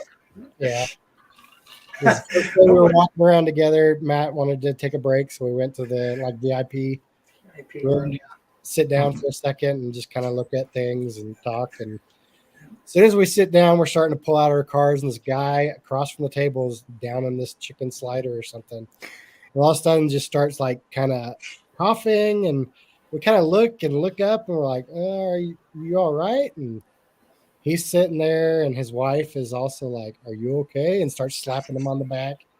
And all of a sudden, he starts throwing up all his, Powerade, blue Powerade, into the little, bin that he had the chicken sliders. It was perfect aim, and like none of it got on the table, or right it back into the bin. Right in the thing, yeah. But he was just like, oh, I was choking. And like, yeah. Because she yelled, she goes, honey, what's wrong with you? And he looks over at it, he goes, I'm choking. Like, And it's only funny because he's okay. So yeah. Mhm. We had a good chat with It him. was, yeah, we did have a good chat with him afterwards, but that was the weirdest thing not the weirdest thing we saw, but it was an interesting thing we saw. Because like we leaned forward, like, Yeah. Jeremy, I think we need to get up and help this guy. And then right as we like got ready to like stand up, he, Yeah. wow. All right, Chris, how about you? Closing thoughts. I love going to the national. It was a ton of fun. Like ditto all of the things that has been said so far. Being able to meet some of the guys and meet Matt for the first time and see Jeremy for the first time in a long time was great. And I'm going to say this, thinking that I could probably get a unanimous vote, definitely from the guys on the podcast, but for Will, I'd like to vote him MVP of the national, being that for me and Jeremy and Will, we all stayed in one hotel room.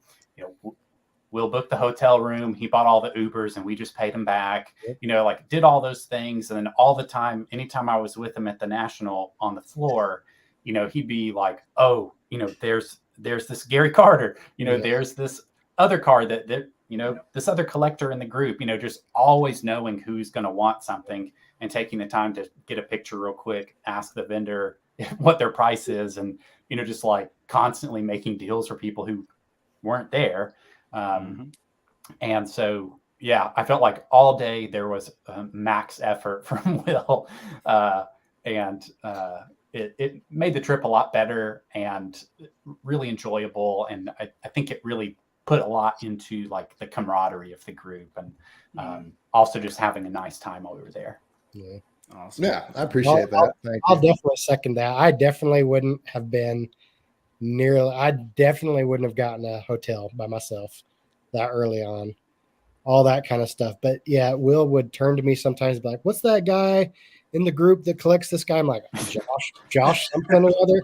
Oh yeah, Josh so-and-so. And I'll start messaging all them. I'm like, I can barely keep track of like the two A-Rod guys. I sent a couple things to them. And honestly, I was like, man, I hope they just already have it or don't need it. I don't want to do it. But I did end up buying something for one of them and sent it to him out finally today or yesterday, I guess. But we'll definitely spend a lot of time working, trying to find everyone something for their collection.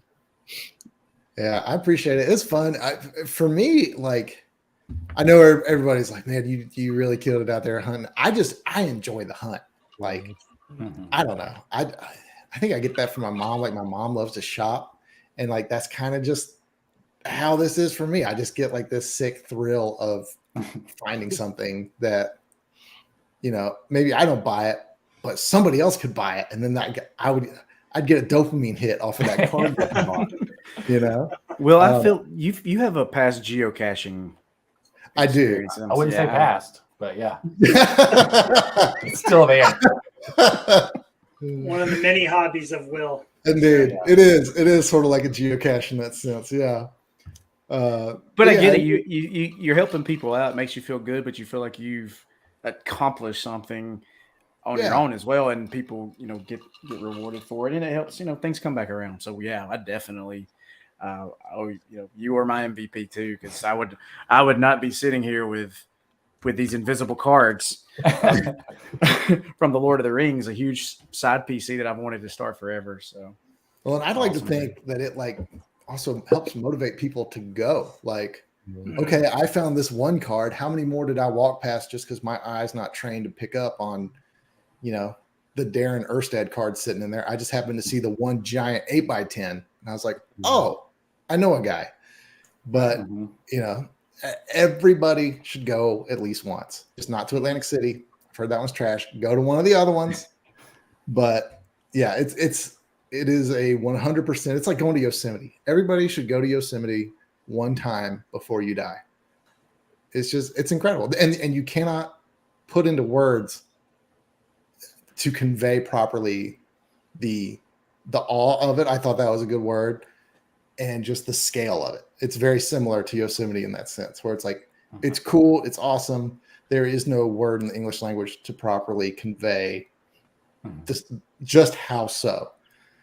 Yeah, it was a lot of fun. I did not think of myself as doing extra work finding cards for people. I just enjoy doing it, and I would think people would do the same for me. Oh yeah. Yeah, we all course, send man. each other pictures, man. I'm still, the Yeah. one-on-one that Ripken that I found ended up working out good for Will. So he's able to use it for a trade or whatever. But That's awesome. Well, yeah. Matt, we're going to let you kind of wrap it up. We'll table the discussion about the national moving in the future for another time due to time. But so what's your closing thoughts, and then you take us out? I think I'll just keep it simple, just like I said. If you go there with no expectation, Will, how did you say that again? If you go there with no expectations, it can only be exceeded. Yeah, exactly. And I mean, the only expectation, and I said this to my family, my girlfriend, everybody, I said, look, I'm going to go there and have fun with my friends. I've been wanting to meet these guys for so many years. I was really bummed, obviously, that Ryan couldn't be there because we spent so much time getting to know each other. But it was just to spend time with them and hang out and have a good time. And that was really my only plan. And so I think if you go there thinking friendship and building up those connections with your hobby buddies, you end up leaving with cool stuff anyway. How can you not? It's the national. You'll find something there that you want. Yeah. And then even me, I was like, I can like buy a really cool hockey card like a Connor McDavid and then use that to trade for a Fleury down the road. Like I could have left with anything. So I think if you go there with low expectations, you're always going to have a good time. And so that's what I did, and I left with all sorts of good stuff. And I did buy a box of Star Wars. I had to get that get that monkey off my back, and it was fun. I did it with my buddy Rob, who I went and hung out with that last night. So it was awesome. So That's awesome, man. Ryan, thanks for conducting that. You did great. You exceeded my expectations, bro. So nice job. Hey, man, that's what you do. You just sandbag. Well, I'm looking at the Immaculate Grid, and of all the Immaculate Grids that like we could put our brain power together to finish, this is like the least needed one. Like this one is right up Jeremy and I's alley because there's a ton of stat categories, but Right. I guess we're going to roll through it. This one should be probably the easiest one we'll do on the show. I don't know why it's being, there it is. It's having such a hard time figuring this out. Today yet. Can everybody see it? Is it showing up okay? There we go. I'm Yeah. gonna full screen this thing too. If I don't even know if I can I? Nope.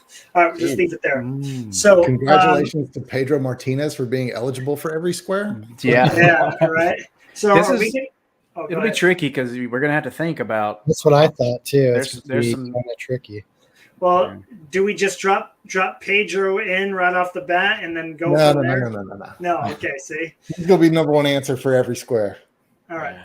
So let's, with everybody kind of taking into account what everybody else is going to say, I'm going to go to Chris first. Chris, you can pick any square and fill it in Oy. without anybody arguing with you. You just fill Wow, it in. and burn a guess. Yep. That's Okay. how we're doing this.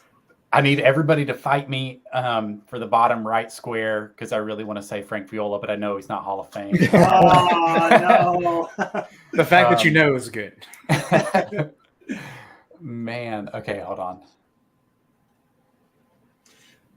For everybody listening, by the way, we'll give Chris more time to think here. For everybody listening, the top three, it's 300 wins career, New York Mets, Cy Young. On the left side, we have 3,000 plus our strikeouts in a career, Boston, and Hall of Fame. So you can kind of picture Okay. that. I'm thinking to start at what I think is easy with 3,000K Cy Young with Randy Johnson. Yes, nice pick. That's what I was thinking of. Okay, let's go Awesome. to Jeremy next. I was going to go 3,000 or 300 wins in Hall of Fame. Go Walter Johnson. Oh, yeah. Nice one. Great. Nice one. Yeah. If we can do nothing but Johnsons. Yeah.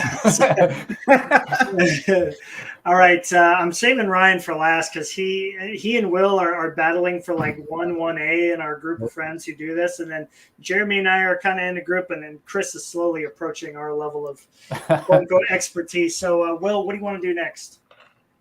Man, I'm really racking my brain to try and come up with a good Red Sox Mets combo. Yeah, that's what I'm sitting there thinking on. Too. Was Mo Vaughn ever a Met? Yes. Oh, I got it if you don't. I think I got so one if let's you go don't. Mo Vaughn middle. And he did play for the Mets, right? Because he played for the Angels, he played for the Red Sox, and the Mets. Am I correct Pretty on sure. that? Are we all saying yes to that? I don't remember the Mets, but I mean, there's a lot I don't remember. So Oh, I'm not saying he didn't. I just don't remember if he was on the Mets. But if Yeah. Ryan doesn't know, No, that's not true. It's just I don't remember him on the Mets. I do know who I remember on the Mets, but I'm not. Okay. I'm not Okay, we could also pivot Kelly Johnson. True. are we just going to do for Boston, New York, Kelly Johnson? Yeah, Okay. For you 100% know that one? 100%. Yeah. Okay. Triple Johnson. Oh. Let's go. I know. Holy crap. Well, Oh, dude.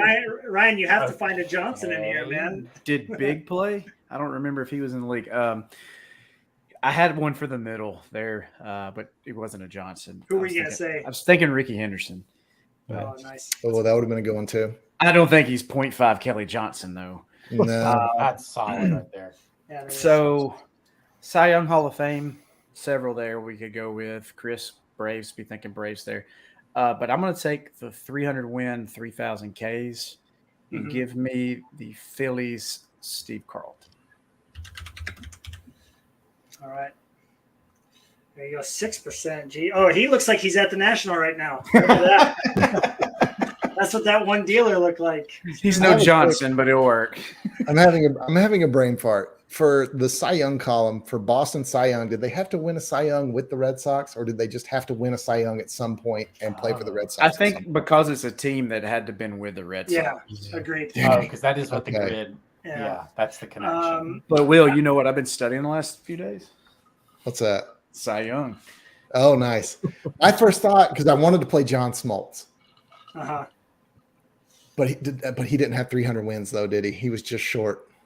I think no, he was short. He was short, but Glavine and Maddox did. I think. Right. Because I think John was 250 wins, 250 saves. So he never quite got to 300 wins. Yeah. Okay. I'm going to take the layup here and put Nolan Ryan right here and No, you 3,000 will not. No, you will not. It's going to be 80%. It's You going really- to be 80%, Matt. Well, because it's either him or Pedro, right? Tom Seaver. Yeah, I was gonna say Seaver was another one I thought of. Well, and then down here, Mike Mussina won a Cy Young, right? So I was going to put him down here. I don't think he'll be. Oh. He will be that That's high. a good call. yeah, I would think Mussina would be low. Did Did he- Mussina did he win a win Cy a Young? Cy Well, we don't know. If he did he win it in New York or did he win it in I thought he won one for Baltimore. Baltimore? Did he win one in Baltimore? Surely he wouldn't have gotten in the Hall of Fame without winning a Cy Young, right? Well, Nolan Ryan didn't win a freaking Cy Young. Remember Yeah, that? but Nolan Ryan was on another level. I feel like Mussina was kind of borderline-ish. No offense to the Mussina collector whose name I'm currently forgetting. But That is, Daniel, of course. Daniel, yeah. Can we slide Randy to the bottom and put like Verlander or Scherzer in the top right? Yeah, almost. They haven't quite made it yet, right? Have they? Or did They're not Verlander long. just? Oh, They're- right.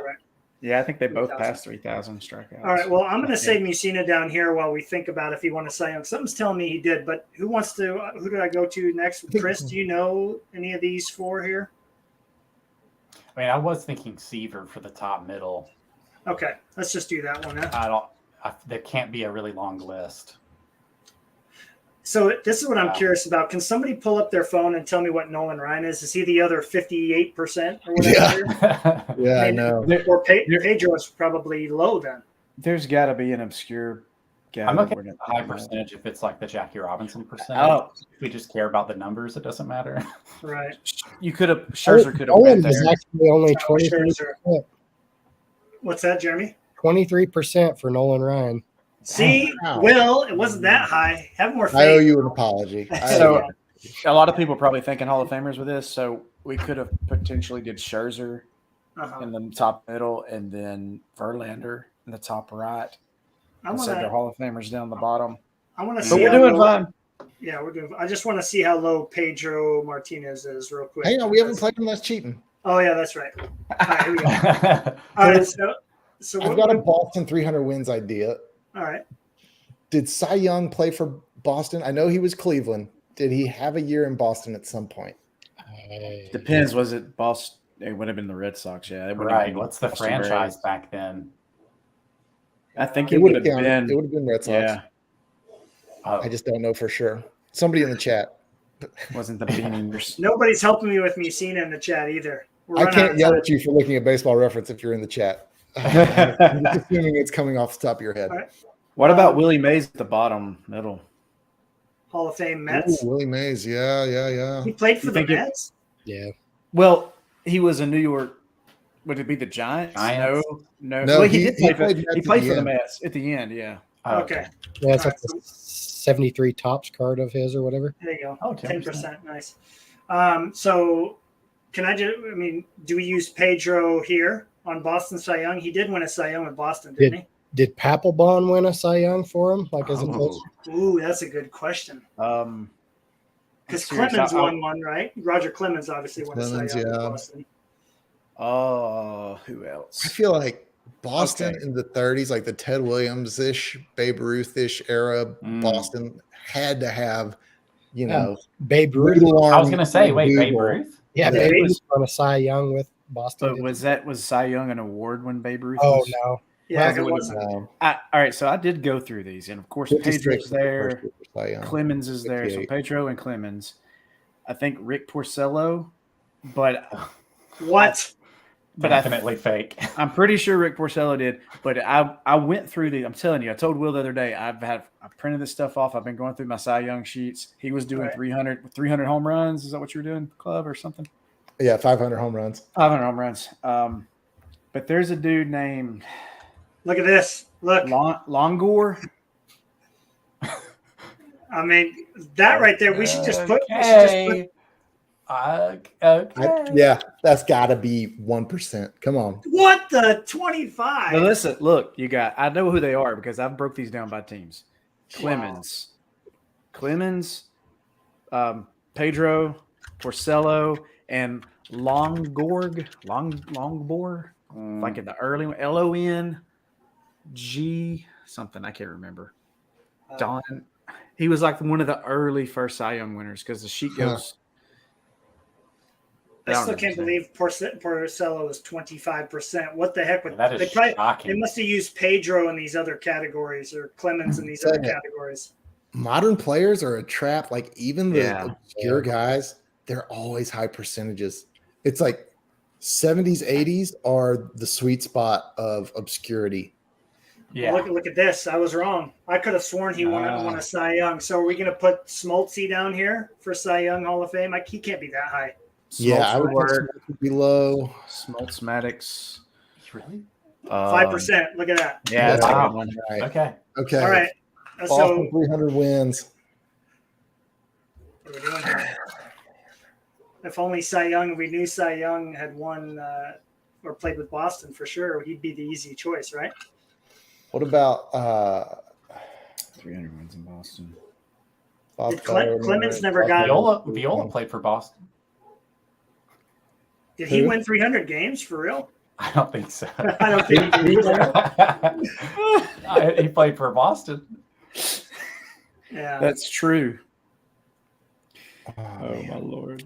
So Clemens, Pedro, those two won 300 games, didn't they? Or did Well, Pedro did. We know. I think Clemens did too. Like, Yeah, but I'm trying to think of like John Smoltz, like somebody that won 300 games for somebody else, and then 2 years Right. in Boston, and then he's out of the league. Yeah. yeah? 300 wins. That's how I usually try to come up with Yeah. player categories. I bet Pedro is the more popular choice in here too, right? He's got to be. Oh, Pedro is 100%. I will not be surprised if he's the top answer for like three or more squares. Right. Gosh, Boston 300 wins. There's got to be an old timer. Oh, look at what. Yeah, he didn't win 300 games though. There's Pitching. no Yeah, way. that was. that Yeah, won 300 he games. he left too early Yeah. from the pitching position, but that would have been a killer one if he would have been there. So we know Clemens and Martinez. Any pitchers from the 60s, 50s, 60s we can think of? because those guys pitch so many complete games. And Did Gaylord Perry ever play for the Red Sox? I don't He know. was like if because he that I played can for the picture in my Mariners when he won his 300 games. So Yeah. that would be kind of a crazy one. I don't Yeah. remember him pitching for them. All right, we need an answer in 15 seconds. So if nobody says anything, I'm going to put Pedro unless you come up with something else. I mean, you think Pedro's higher than Clemens? I think he's lower than well. Yeah. Did Clemens for sure win 300 though? Yeah. Clemens. So He's not Hall of Fame either, but Are we sure Pedro won 300? Now I'm questioning everything. Who's the more for sure choice? Because we need to get 9 out of 9 here. I think both of them did. I'm 100% certain Clemens did, but now Pedro. Yeah, I think so. For 100%, it's going to be Clemens. Yep. Pedro did not win 300. I just Ooh, Oh, for real? Oh, there's only 4 answers. Look, 2 of them will.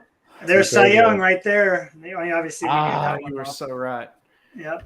Wow, nice job on the Clemens save there, Ryan. So Pedro, he had to have been close, right? So who are the 4 Yeah. Boston 300 winners? I really want to know that. I'm telling you, the guy I'm trying to think of, Longborg, LON. I'm telling you, Cy Young did play for Boston. Ah, dang it. Dang it. That would have been like a really low one too. Well, that was fun, fellas. Really enjoy ending that way, especially because we all get to go to bed knowing we got 9 out of 9 on Immaculate Grid to go into tomorrow. But thank everybody for joining us. We had a great time recapping the National. Ryan, say the name. Who is it? it's I was right. It's where'd it go? Jim Lomborg, 1967 for Boston. Jeez. Would Boston have counted for the Bean Eaters? Because in 1988, Old Hoss Redborn played for him. Oh, I do know Old Hoss. That's not a fake player. Dang. Old We could have Hoss. really gone. Rip Porcello fake. Old Haas, no. Yeah, that guy's the real deal. Wow. 310 wins. 74 Wow. WAR. Can somebody go to their Immaculate Grid and play him in that spot real quick? I want to see if it's like 0.5 or something. I haven't played today. For which square? Boston 300 wins. 300 wins. Yeah, Old Haas. Yep. I just don't know if Boston was it the Bean Eaters back Is it then? the right franchise? He did not count. So that must have been Braves, not Red That's what I Sox. was thinking. Gotcha. I'm gonna put Longbor in. It's got to be like 0.2%. Let's see. If I can spell it right. Lefty Grover is another good one. Yeah, Deep Pirates. That's a good one. Good call. 4%. That's the name I was trying to come up with. 4%. Jim Lomborg, 4%. Nice. Wow, That's, not like 0.4 either. that's impressive. All right. Well, we'll see you in a couple of weeks. We'll have to figure out what the heck we're going to talk about. We're going to have to, I guess, plan for what we're going to do the rest of the year, kind of looking forward. And we'll have a good chat about that. And Will, Jeremy, Chris, and Ryan, thanks for joining myself on the podcast. Ryan, you did a great job hosting. You gave me some motivation to come up with some crazy questions to keep it fresh from now on. So I like that. That's good. Keeping it short and sweet. But yeah, we all had a great time. Thanks for everybody that joined in this discussion, and hope to see a lot of you in 2 years at the National in 2025. That'll be great. So Ryan, start planning for it now, and you'll be there, right? Got the seed money already. That's right, man. All right. You guys have a good night. We'll see you in a couple of weeks. Take care. Yeah. Matt.